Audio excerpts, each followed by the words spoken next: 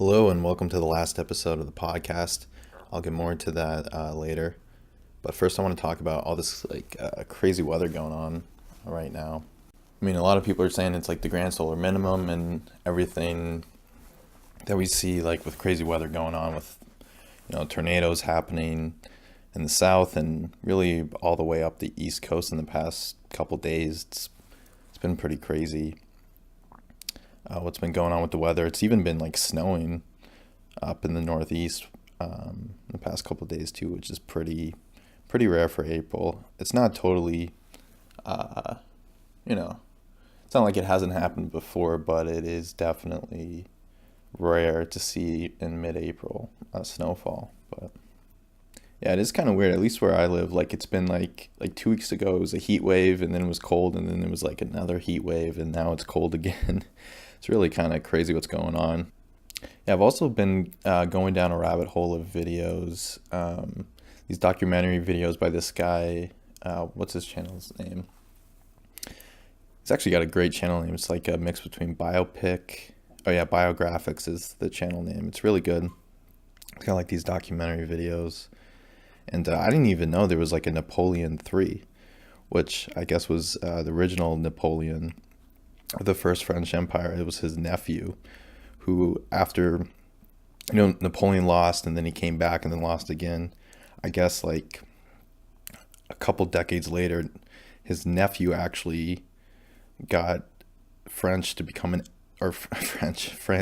empire again, which is like, I never heard that before, and I'm kind of surprised. It's like it's such a comeback story, for not only Napoleon to come back and be emperor again, but then his nephew to come back, years later and bring back the empire again. Kind of crazy that he did it. And I guess like basically his whole life, like he was trying to do it, and it didn't actually end up happening until he was like in his 40s. So kind of crazy. The only reason it happened was because the economy in France was doing so poor that the people were just willing to try anything, to kind of, boost morale and boost the economy in France. Just kind of interesting. And yeah, gonna grab a sip of coffee over here real quick.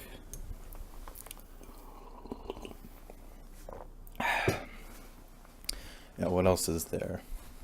Oh yeah, I'm sure most of you have heard about this by now, but like the Notre Dame church in France caught on fire, and like the roof collapsed and everything. Kind of a scary sight to see the picture of like this historic church on fire. Like I had no idea it like lasted through both World Wars and like the 100 Years' War. I guess it's been there like a long time. It's kind of crazy that like it only just, like, I don't know if there's been fires there before, if like this is the first one, but it's kind of interesting. Supposedly the fire was started in two different places, which seems a little bit unlike a coincidence that at two places it started, two separate places. Like that seems like, I don't know, it seems somewhat intentional to me if it was started in two places at the same time. It's not really a coincidence to me, but I mean, the word right now is that it's an accident, so I guess I don't know if we'll find out more news after they do like a fire investigation. Yeah, the first podcast, actually did better than I thought it would. I was starting a new YouTube channel. Sometimes the first video gets a boost, but sometimes it totally doesn't. But it was good to see that I did get, more views and more, thumbs up than I thought I was going to get for the first podcast that I've ever done. So that was pretty cool.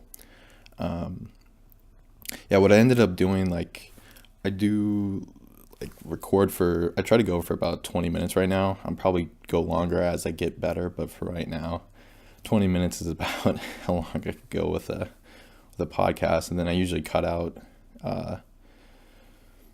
if like I started a topic and it didn't really go anywhere, like I'll cut that out. Or if there's like spaces and, between topics or something, a long space. But yeah, hopefully the podcast will keep going as try to do a podcast like every 1 to 2 weeks. If like more events happen and I feel more inclined to make a podcast about something like a world event that happens or something on YouTube big happens, then I'll probably make a podcast about it. But otherwise, it'll probably be a podcast like every 7 to 10 days or 7 to 14 days or so. But actually, I saw 2 town halls recently. One was Andrew Yane's town hall on CNN, which was pretty good. I thought he handled the questions really well. He seemed like really super hyped.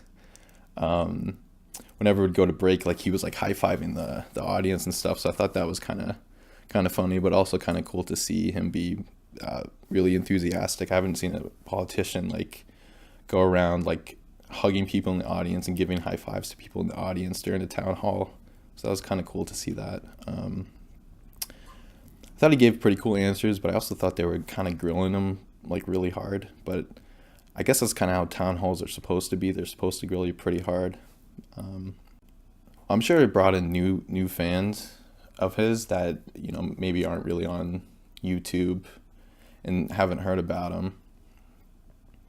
But I'm sure most people that are on social media platforms have already heard about him before that. But yeah, another one that I saw which was kind of crazy was Bernie Sanders went on Fox News, and it was like pretty combative actually, pretty much all the way throughout between the Fox News host and Bernie, which was a little bit, I thought it'd be more civil to be honest with you, but it was kind of cool to see Bernie just go against the DNC who said, oh no, we're not going to have anyone go on Fox News. And it's like, well, wouldn't he want to go on the other, because Fox News leans right, wouldn't he want to go in there to try to win some people on the right over to his side? But anyways, I thought that was kind of interesting. It started out like super combative so as town halls go, but it was definitely entertaining to watch. They grilled him pretty hard. He had some good answers. Kind of dodged some questions too, but I definitely give it a watch if you're into the presidential election. Oh yeah, and then PewDiePie made a move to go to a sort of smaller and newer streaming service called DLive, which is a completely cryptocurrency backed social media platform, which I think is fantastic because it allows people to, like no one can be canceled, no one can be shut down for, making content that they think people want to watch, freedom of expression. I think that's a pretty important thing.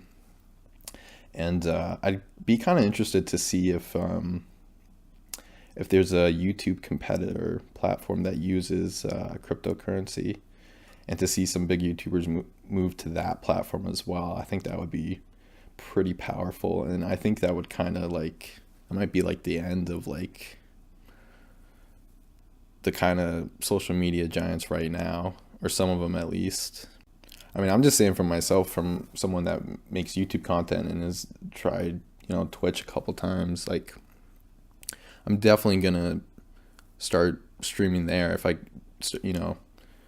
instead of going to Twitch, because Twitch is like going crazy, like blocking people and deleting people's accounts, and they're not even really, giving reasons why. Like, the rules are all subjective, so they just, if they don't like you, basically they can shut you down. That's basically what the rule is. They'll never say that, but that's really, it's the same thing with YouTube. If they don't like you, they just shut you down. There's really nothing you can do. So I think these crypto-backed social media platforms are great because, in theory, no one can be shut down, and I think that's a good thing. And it's kind of sad because it's like they're forcing people to move to those kind of platforms, because it's like it's like people like the content they like. You know what I mean? It's like, why is YouTube trying to be the holier than thou people to pick, what people should see and what they shouldn't see? I think it's a little ridiculous. I think it's long term, it's gonna hurt their business, honestly. And I don't think they're gonna make a real change until they start seeing their profits shrink. it's almost like YouTube is bending over backwards to appease advertisers. And I think that's a really short-term solution because they're just going to push all the creators away to these other platforms. And it's strange though too, because I would think by now there's a bigger audience, like even just on YouTube compared to like, cable. So it seems to me like YouTube actually has the power, but because they have the bigger audience. So why should they be bending over backwards to advertisers where they get more bang for their buck spending on YouTube than they do on cable news? Like the ad, like to buy an ad like on cable, or not just cable news, but just cable TV in general. I mean, the costs are crazy high compared to like, couple bucks per click on YouTube. It's pennies on the dollar, and more people will most likely see it as well. So it just doesn't make any sense. I think another factor to it is like mainstream media is also like putting pressure on these social media sites, which isn't helping at all. But then that's also dying media, and I think they're only writing about, like YouTube in a negative way and YouTubers in a negative way because they're direct competitors to YouTubers. It's like that's why they're attacking them, because it's their competition, and like mainstream news is in total like death spiral mode, so they're just attacking whoever. And also if they do clickbaity titles, it gets them more views and more revenue, so it's like there's no like mainstream news journalists anymore. It's just they're just trying to tear down their competitors, which is kind of sad, but I mean that's just going to make them go away even faster. So I mean, I think they had like a 7% approval rating of mainstream news. I mean, it's like ridiculous how low it is.